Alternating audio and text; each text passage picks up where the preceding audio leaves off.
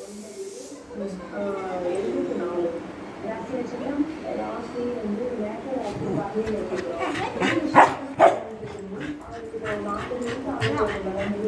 கல்யாணம் கூட மாற்றுது அவங்க இது கடையில் விஷயம் மாற்றாங்க அவர்